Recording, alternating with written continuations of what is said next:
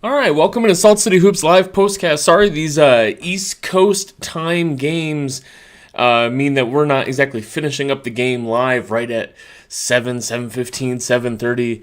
I lived on the East Coast my whole life until I moved out here to Denver.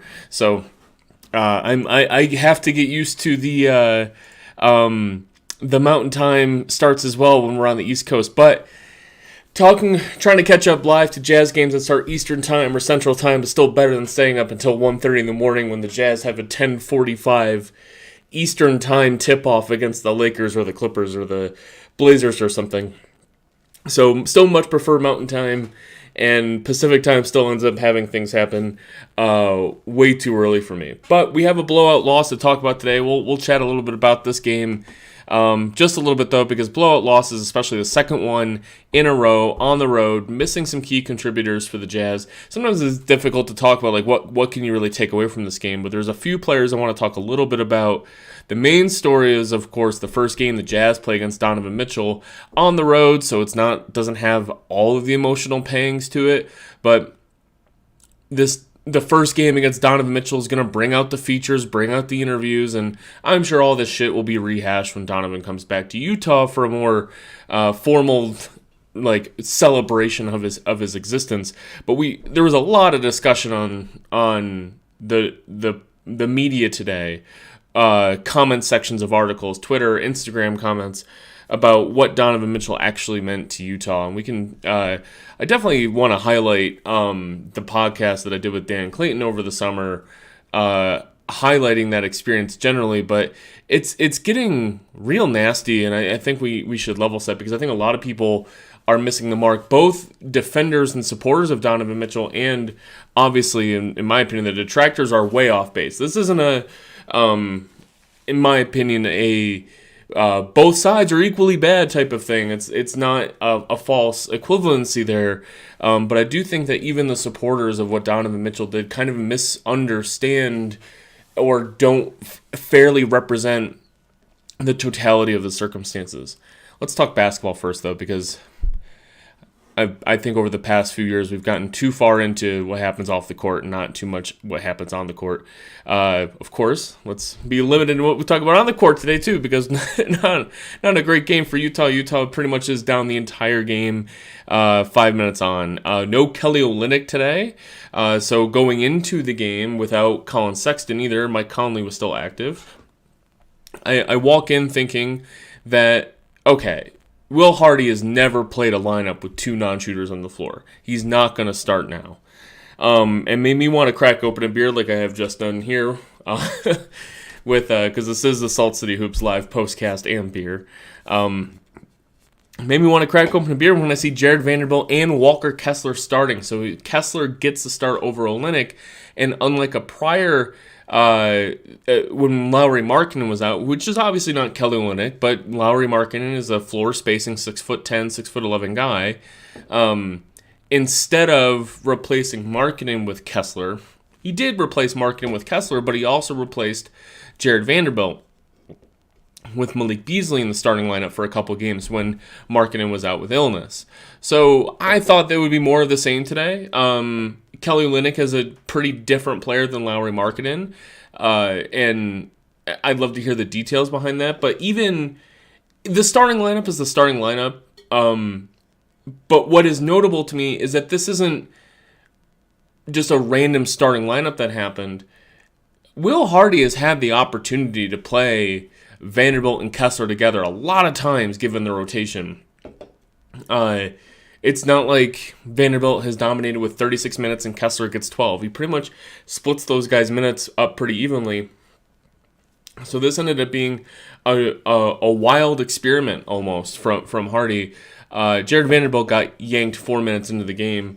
And before you assume too much about that, Jared Vanderbilt must have been playing poorly or whatever, I thought it was more just trying to give Walker Kessler a longer run against Jared Allen as the more important piece there. And if there's some shooting issues on the floor, then you can take out Vanderbilt and replace him with Malik Beasley and not lose what you're trying to do as a core defensively, at least from your game plan to start the game, right? Like you try to walk through your team in the off day of like, hey, here's how we're going to defend tomorrow, or in shoot around in the morning, like, hey, this is what we have to look out for. And you can't just scratch your game plan 4 minutes in. With the non-shooting on offense, they probably said, all right, the easiest thing is to keep our defense intact and roll out a shooter. Especially in the second half, a very similar thing happened. Start of the third quarter, started Vanderbilt and Kessler again, but this time, 3.5 minutes in, the Jazz give up a bunch of points in a row. They started out on a little tiny 5-point run in the third quarter, and then after that, it was just game over. But 3.5 minutes into the third quarter, you saw Walker Kessler be the early substitution out for Will Hardy and kept Jared Vanderbilt in. So the two non-shooters on the floor was a very limited experience. We did not see that at all the rest of the game. You have to consider Talen Horton-Tucker to be a ostensible shooter, if only because he attempts them, right? So I'm looking up his shooting on the he's 23% from three. So he's working on some just absolutely delicious shooting splits this year, guys. Talen Horton-Tucker is at 39, 24, and 73% with an effective field goal percentage of 43.5%. That might have to be a league low among players with a minimum amount of minutes. So I'm gonna do a quick stat muse here. Lowest effective field goal percentage, NBA 2023.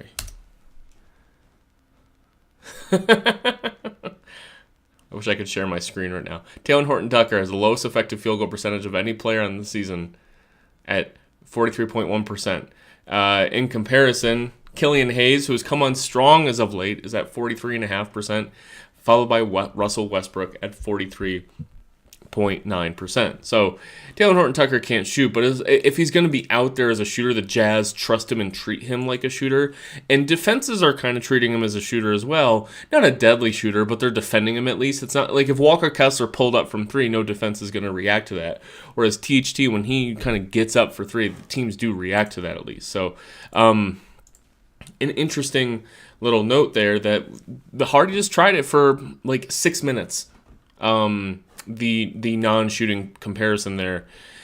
From there, it's just Utah getting out-athleted for the entire game. Jared Allen was a monster. The Cavaliers were running it down their throat. Donovan Mitchell, no one could stay in front of Donovan Mitchell. No one could contest it at the rim against Donovan Mitchell. Walker Kessler is a decent rim protector, but Walker Kessler is a rookie. He's going to go through some things, right? He committed 5 fouls today, some of them silly, and some of them were just mistimed great layups by better offensive players.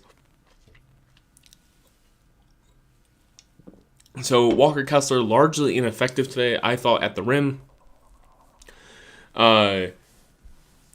Cleveland shot over 40% of their shot attempts at the rim and made 73% of them. So that just a great shooting at the rim performance from Cleveland today.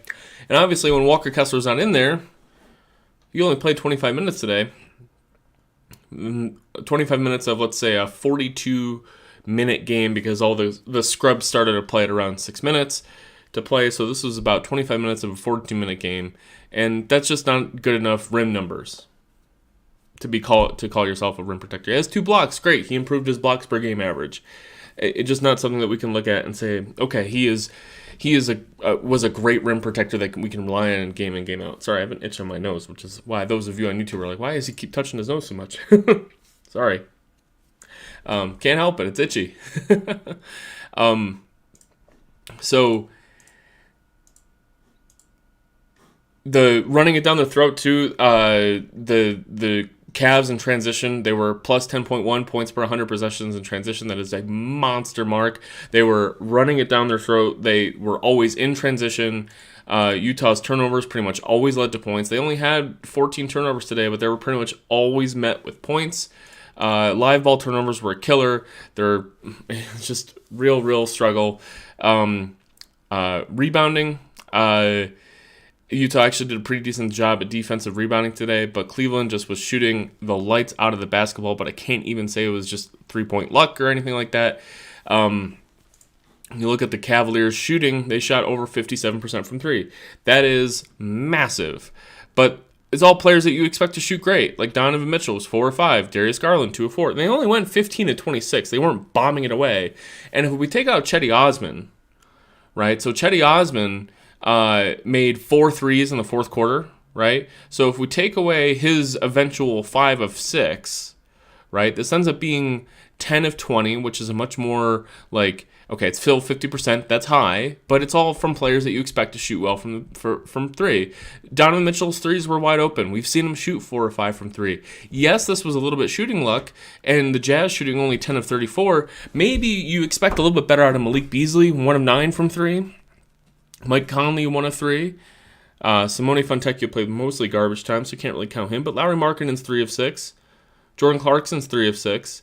Like, these are, like, okay, maybe you get a little bit better from Beasley. That doesn't cover the blowout. The blowout was won by the Cavaliers constantly having better athletes at almost every position on the floor when it came to things like securing rebounds, getting in transition.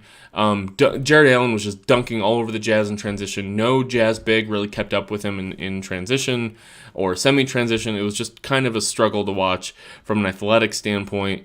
And that's not to say that the Jazz have poor athletes, but they're not the highest, like, most wildly athletic team.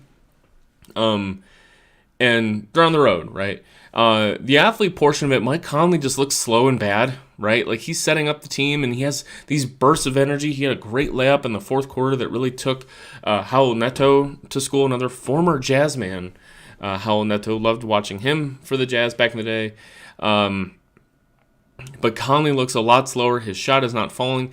All of his shooting splits are way worse. Not way worse, but a lot worse than his disastrous first season with the Jazz. Remember his first season with the Jazz? He couldn't score the basketball. And we kept sitting here, what's wrong with Mike Conley? What's wrong with Mike Conley? Well, we're seeing that this year. We just respect him more because he didn't get traded, right? We're like, he's saying all the right things about Utah, and he's not, he's the starting point guard for this feisty Jazz team. Well, his shooting has been pretty dump for the past couple weeks here, several weeks actually, and it's a big reason the Jazz are losing some of these games that they were winning early on. Is that you can't win the game with your starting point guard playing 30 minutes and scoring this poorly. Obviously, I'm implying it, but he finished with just 7 points. He had 9 assists, 3 turnovers, and just 3 of 8 from the field, 1 of 3 from 3. Missing those floaters, right? It's like the thing that, well, if his three's not falling, he's got that mid-range game that isn't quite to the rim, but he's got that paint feel. He didn't have it. Jordan Clarkson struggled 8 of 21 from the field, 3 of 6 from 3. Jordan Clarkson was hunting mid-range shots. It was a very 2020 performance, 2020-esque, 2021-esque performance from Jordan Clarkson. Just not a whole lot of offensive captaining, just 0 assists today for Jordan Clarkson. Sorry, I thought that's 2 rebounds, 0 assists today, 3 turnovers, hunting his own shot, taking his man off the dribble, not actually getting anywhere off the dribble, not beating his man off the dribble, and finding nobody. Right? I'm sure a few of his passes ended up in missed threes by somebody. So it's not like he wasn't passing at all, but he wasn't a capital D distributor either, and he was mucking up the offense. A lot of comments about how good Cleveland's defense is. They do have a very, very solid, fabulous defense, but I thought they were playing very physical with Utah, and Utah was not doing much to exacerbate the contact that they could have. At about 6 minutes left in the third quarter, the Jazz got in the bonus, and they were down about 17 or 16 points. And that's a long time for a defense to be playing in the bonus, especially a physical defense like Cleveland. Jared Allen is a fabulous rim protector, but he is also not some Rudy Gobert style, like that level. Like, you can get Jared Allen in some foul trouble sometimes. Just not attacking him at all. They were just completely terrified of Jared Allen, frankly, all game. A worthwhile player to be afraid of, by the way. He's a very good defensive player, in the running for Defensive Player of the Year on some ballots. Probably not going to be a winner with all the great defenders around the league. But when you get a team in the bonus, there was just no respond to physicality on their own. Jordan Clarkson had a Darius Garland in the post and drew a foul after doing a couple fakes. And Jordan Clarkson can draw fouls on those sometimes. And you wonder where, like, can Jordan Clarkson draw fouls when he's got a live dribble? right? Instead of just faking a guy out of his shoes when he's doing post moves and things. And it just wasn't happening. Out physical, out athleted. This wasn't it. Back to back against Detroit tomorrow. Nothing notable about Nickeil Alexander-Walker. I think the defense is overrated. Rudy Gay was bad. We know that. Jared Vanderbilt was probably my biggest minus of the night. My quick point on Jared Vanderbilt, I tweeted this out earlier, is he's like the inverse of Rudy Gobert in that he's good at these weird niche things in basketball with rebounding and kind of chaos plays. And the reason that's the inverse of Rudy Gobert is that Jared Vanderbilt does none of the normal basic shit well.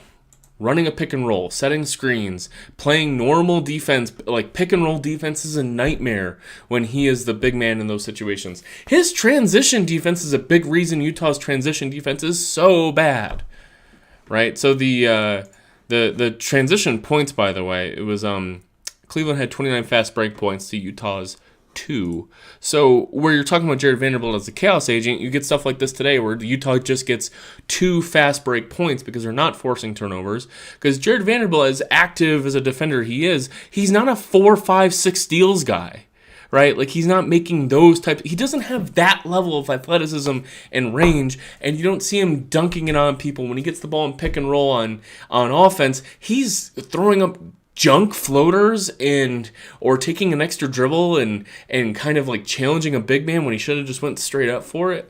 So it's a challenge for Jared Vanderbilt at doing basic big man things. Whereas once Walker Kessler refines his game a little bit, like you can rely on Kessler to do the basic big man things. And you night in, night out with Rudy, you saw reliable big man things occurring. But with Rudy, you got none of the extra shit. You never got any chaos from Rudy, which ended up being their downfall in some situations, right? When you're looking for some chaos when everything else is not working. And Jared Vanderbilt at this point still remains a bit player to throw at random situations. I just don't see an NBA future here, even if he does have one premier NBA skill of offensive rebounding, not defensive rebounding. Three offensive rebounds in 23 minutes. The guy knows how to get offensive rebounds. And I would call him a plus rangy wing defender, right? Which those guys will exist for a long time in this league. But before long, he's going to be Stanley Johnson, right? Fighting for a job at the fringes of rotations. I think he gets by right now because of his youth and his potential and his rebounding, but it's getting real bad out there at times that he just cannot finish plays at the rim. Or play pick and roll defense where, yeah, he's not a rim protector. That's part of the problem, right? He's not a rim protector, but he's not providing that any stout length and not fouling. It's just kind of random defense for him in the pick and roll at times. So he has this fabulous game the other day. I said he was the best player. He got the game ball, and when he's on, he makes these game-changing positive plays, and when he's feeling himself and makes a couple floaters and is playing within himself a little bit where he's like, I'm a professional basketball player that can make it a 6-foot floater when nobody's around me. Like, sometimes he has it in him to have those 16, 18-point nights and 12 rebounds, and he's getting 6 offensive rebounds, and he's getting 6 assists because he's leading the ball on the break. 0 assists today. He's got a lot in him, but there needs to be any sense of reliable, like this guy can do it 70% of the time, right? Yeah, he's a young guy. I'm not expecting him to do it night in, night out, but right now it's you walk into a game, you don't know what you're getting from Jared Vanderbilt. You just don't know. Lots of promise. He's got him for the whole year. He's on a good contract. There's a reason he starts. Like, he's got that wing defense that is very rare and hard to find on this team. It's not quite elite level, but by being tasked as the primary wing defender on this team, he's probably learning some skills. The problem is he's playing 23 minutes for a reason, right? Taylor Horton-Tucker probably had his worst game of the season as a Jazz man. That's the last player I'll talk about. I'll talk about Donovan Mitchell a little bit, just because I prefaced it earlier, and I was talking about how everyone seems to be ignoring Mike Conley's shooting stats because he's saying all the right things about staying in Utah, right? And I think people are talking about it a little bit louder as this Cavaliers game got closer, especially with Jordan Clarkson. I'm just gonna say a few brief things on Donovan and the whole perception of the comments that have been made about from him regarding his time in Utah and how he was unhappy, and the media's reaction to that, and then the reaction to the reaction of that.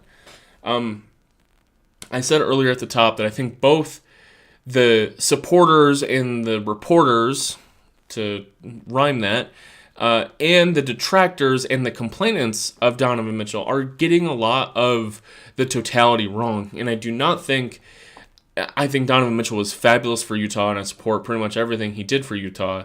And I think his feelings now are completely understandable about his time in Utah and why he's kind of is happy to have a new fresh start. I am on that side of things, but even I think the folks who are trying to say similar things to that, they're getting the totality of the circumstances pretty much. They're not focusing on. They're losing the forest for the trees, if I can use another shitty analogy or metaphor. It's not putting every pressure on him all at the same time, and detractors, of course, are all harping on one or two specific things. So obviously, we know Donovan Mitchell was an outspoken critic or proponent of social justice causes for black men and women in the community of Utah, which is a much smaller demographic in Utah than pretty much anywhere else in the country. I think Idaho maybe might be the only one that has a lower percentage of black Americans living in the state. And there's been a lot of commentary about, he said in going to Cleveland, like, it's nice to see more people that look like me in the lower levels of the crowd. So, yes, he had a huge uphill battle that he continued to fight in Utah for his social justice issues. Okay, that's one thing, right? Combine that with everything that happened on the court, and this is where I think some people are getting it a little bit wrong, is he didn't leave Utah because it by itself is this racist state that he tried. He was Sisyphus rolling the boulder up the hill, and he knew, I can't make a social justice difference here, I'm going to leave. He talked very frequently about how empowering it was for him to give a stark minority in Utah a voice that was great to have someone like Donovan in their corner. He spoke openly about, it's a challenge, but I know that I am making more of a difference here in Utah than maybe a different place that every place has issues, but Utah has kind of that starker difference. Okay, that's one part of it. And then you add all the stress on the court. Guys, that alone was... This Utah team was full of drama that, yes, he partially contributed to, but Rudy Gobert is not an easy teammate, and the types of losses that this team faced and the types of holes, the holes that they try to plug with guys like Jeff Green and Rudy Gay that just never worked out, it is a hard basketball team to play for and continue to commit to. And what I think is being missed is that his desire to leave was not one of those two things. It's everything together. Everything together at once makes a guy relieved and happy to do something new. And maybe it is just one of those two things, right? But I think what is not being talked about is that those two things together are just not worth anyone putting up with. And no, I won't be fielding any comments as to whether Donovan Mitchell was fighting a good fight with respect to social justice issues in Utah. If you know anything about me, you know I'm going to support that 1,000%. There was a comment today that's like, Mike Conley and Jordan Clarkson seem to like Utah fine. Like, I think that's kind of... They've never spoken about their experiences in Utah, really, as far as, like, the day-to-day issues that they might have as black men in the community. And we can't assume that just because they don't want to talk about it openly that they just don't have issues, right? Jordan Clarkson, man of just great taste, flying around the world. He's lived a lot of different places. Who knows what he experiences as a black man in Utah? I certainly can't say anything about it. But he's not sitting there, and he's not coming out and saying, like, yes, I find Utah to just be a very harmonious, racist-free environment for me to live in. That's never been said either, nor from Mike Conley, right? I think Utah is unique in that it's not. There was points made today that no, Utah doesn't have like the open, in your face capital R racism that you have in the Deep South and Mississippi, Alabama, etc. And people who are willing to say bad things directly to people's faces. But you will find that an overwhelming majority of people in Utah, once you breach that second level of analysis on race-based issues, things as basic as affirmative action in schools, to proper policing and police statistics, to neighborhood redlining and how the historical racist issues surrounding how neighborhoods were structured and formed at various cities. Like once you start scratching like those little issues on how black people have been treated way poorer than white people, especially in Utah, oh, that's a full rejection. Oh, no. That's just a storyline, right? And that's where you get the full-face rejection of the issues that black people say that they face in Utah are met with just combative criticism. And they're like, well, we're not openly racist. Well, congrats, you've done the bare minimum. So won't be hearing any of that as far as like, oh, Donovan Mitchell's points were off base. Utah is just this wonderful, harmonious situation.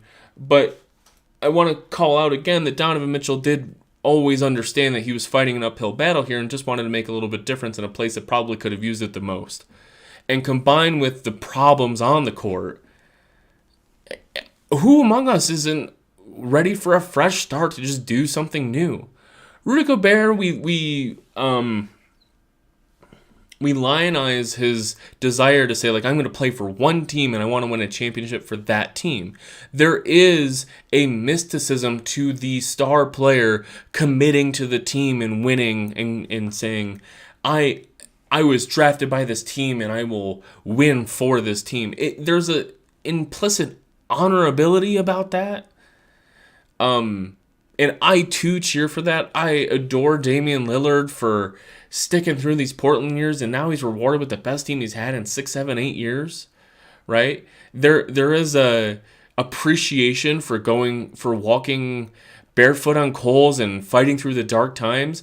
But I'm also looking at guys who have 10 to 15-year careers and saying, you don't have to do that. You just don't. Right? And yes, you can sign. I think what James Harden did in Houston and subsequently in Brooklyn was total Bush League. Like when you're signing 9-figure contracts and then immediately asking out, I think that's pretty shitty. Donovan Mitchell signed his extension, had 2 very successful seasons, record-wise, scoring-wise. The team was playing pretty well. Just the flaws and the conflicts lead to their pretty aggressively shitty downfalls. And you're sitting there and like, well, this doesn't feel great. I think Donovan fulfilled his commitment to Utah just fine. And because of the playoff success early, those 5 years felt like 7. They felt like a very solid chunk of his career. And I'm thrilled to see him doing well. I cheer against him. Like I'm like, all right, man, you don't want to play here. I still have a vibe to me of like, you don't want to play in Utah. We'll win without you, kind of a thing. But I have no animosity towards him himself. I'm not like cheering for the Cavaliers. I find it weird to see him in a Cavs uniform. My oldest son is named Donovan, for those who don't know, right? And yeah. Those are my introductory thoughts. Got a requester on Twitter Spaces. I'm happy to have some thoughts about, probably not the blowout loss, probably want to talk about Donovan Mitchell, right? New wave video.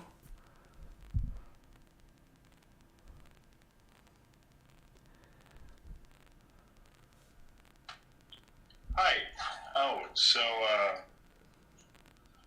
So I want to just kind of talk about the thoughts on the whole Donovan Mitchell, the interview that, I don't know, I have a hard time with the whole interview thing with the media doing that and then just kind of throwing that on Utah when it is something that happens in a lot of Midwest states. But I think what kind of just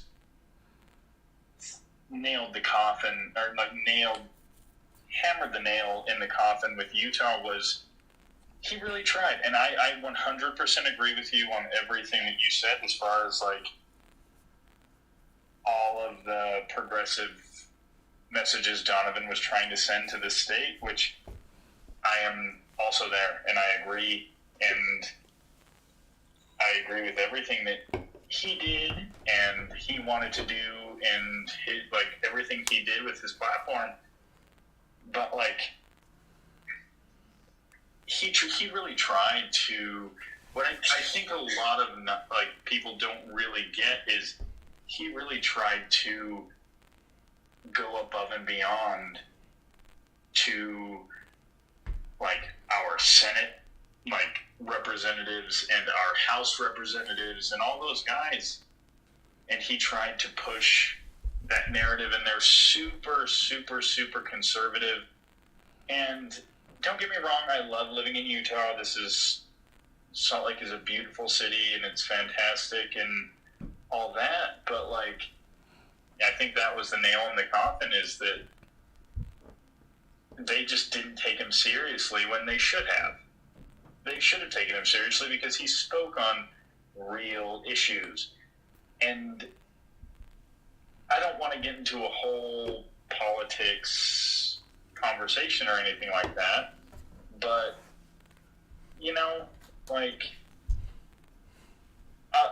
we shouldn't be throwing these comments that he made.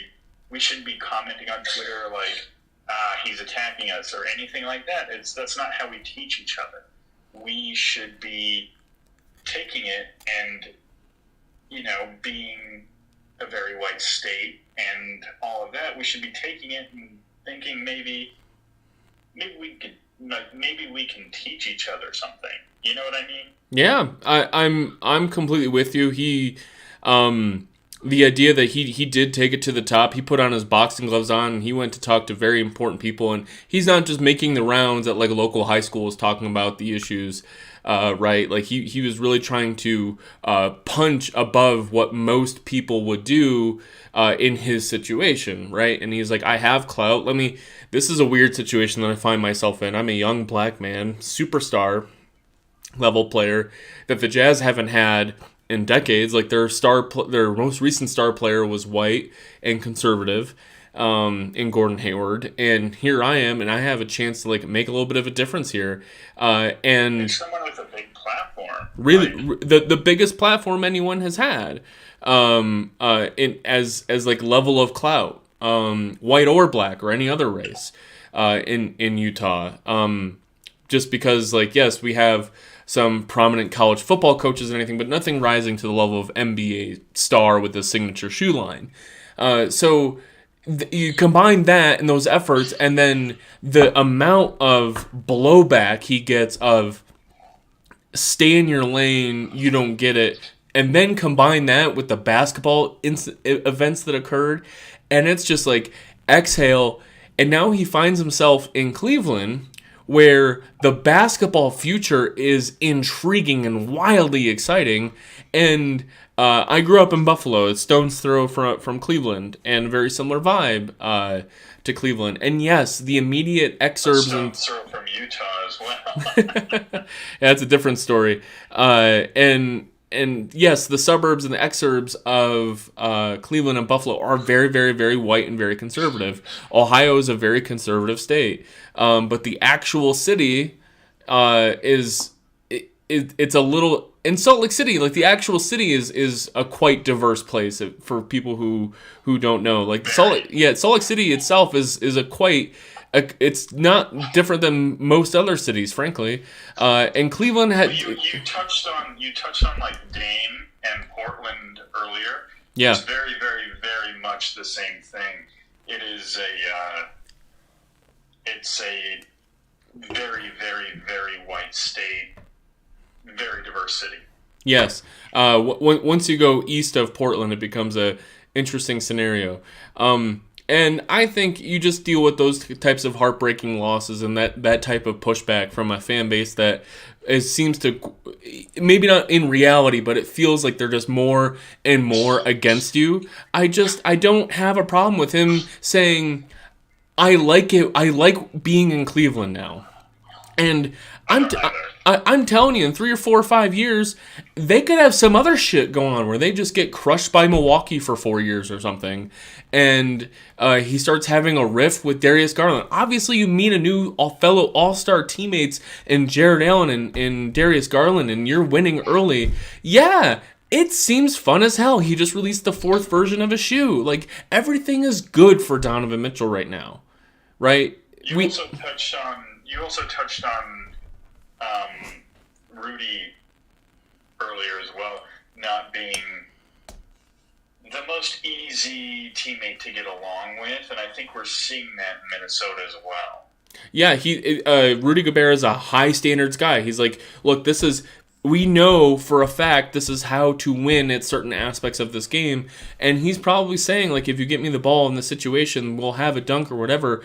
But it's like it's kind of hard to trust a guy who probably you can't trust to put the ball on the floor, right? It's like there's like an inherent basketball hierarchy, and Rudy's personality is quiet, a little awkward. Like, it's just not the easiest fit for a gregarious, I don't know, Donovan Mitchell type guy, right? And he also doesn't like. I'll never talk bad about the man. He is a. I'm not somebody who will like look over everything that he's done wrong, or like that he has wrong with his game just because he's one of the greatest jazz men of all time. Of course. He's one of the greatest jazz big men of all time. I'm never going to look over all of his wrongs, but like you can't pass that man the ball in the post and expect it to be 2 points every time.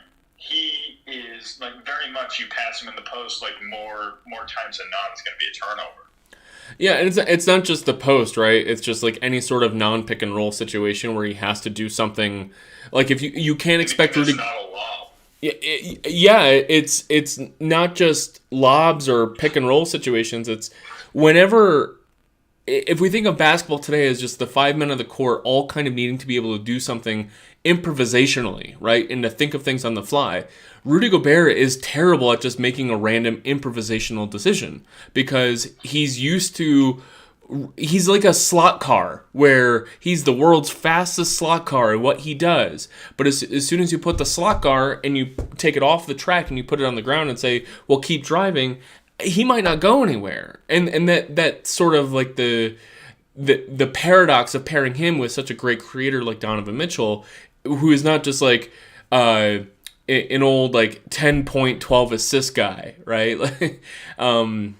Who's expecting to just feed a guy off the pick and roll time and time again. So I only invoked Rudy because he wanted to win a championship with Utah with that old school mentality of I got drafted by this team. I'm going to play with this team until I retire, or I'm forced out of the league and I'll win a championship there. Which is why I think so many Jazz fans have, like, so many of us are so attached to Rudy. Yes. Yes. Once they got that haul for Rudy, it was like a really bittersweet thing, even though getting that haul for somebody like Rudy is kind of unheard of. Well, in contrast, right? It makes this whole Donovan Mitchell thing make Donovan look so much worse than it in actuality. Whereas Donovan comes back and says, "I had a great time. Boy, I needed a fresh start. I'm having a great time in Cleveland." All we're hearing from that is, dude fucking hated Utah, and that's not what Donovan has said at all. No, he didn't. He tried to change a lot. Yeah, and the fantastic. And the basketball ended up being very stressful too. So I think the whole thing in total was like, he'll look at it as like just a wildly successful 5 years. I look at it as a wildly successful 5 years that if you maybe a man can take on one of those two responsibilities and come out and say, like, yeah, I can stick around Utah like Damian Lillard did, but you do all that together, and it's too much for one man to bear for too long. So I can't wait to have him back. It was just, I saw the comments today, and I thought a lot of people missed the mark. So it was a blowout loss. We get a game against Detroit tomorrow, and friend, I hope you join me again on the postcast. This is recorded on YouTube again, by the way. So if you want to catch a recording of the feed, this will be posted on YouTube immediately, I think, and we'll be online again tomorrow. I think we're gonna sign off for now, but I really appreciate you, Mr. New Wave, joining and dropping some comments on Twitter today. Yeah, thanks for letting me join. Yeah, all right, friends, this has been the Salt City Hoops live postcast. Donovan Mitchell plays the Jazz for his first time as a Cleveland Cavalier, and his Cavaliers get a 23-point victory. Second game in a row, the Jazz failed to score 100 points. Donovan Mitchell scored 23 points in 22 minutes, and Markkanen had a nice, efficient 24 points and six rebounds. Everyone else was fairly bad. Clarkson, 23 points, but 38% shooting, and a lot of mid-range twos from Jordan Clarkson, and a whole lot of negative from every single other Jazz player on the court. The hustle was not there. The transition defense was pretty miserable. And I'm going to finish off this beer, the Strawberry Banana Velvet Milkshake IPA, on the couch, finishing up what other games going on. Probably all done with the games by now. We got Charlotte-Sacramento heading into the fourth quarter tie game. That'll be how we polish off this night. Friends, tomorrow, Detroit, a lot easier game against another former Jazz man, Bojan Bogdanovic. Hopefully we get a win against a struggling Detroit Pistons squad. This is Mark for Salt City Hoops. We'll catch you next time. Good night.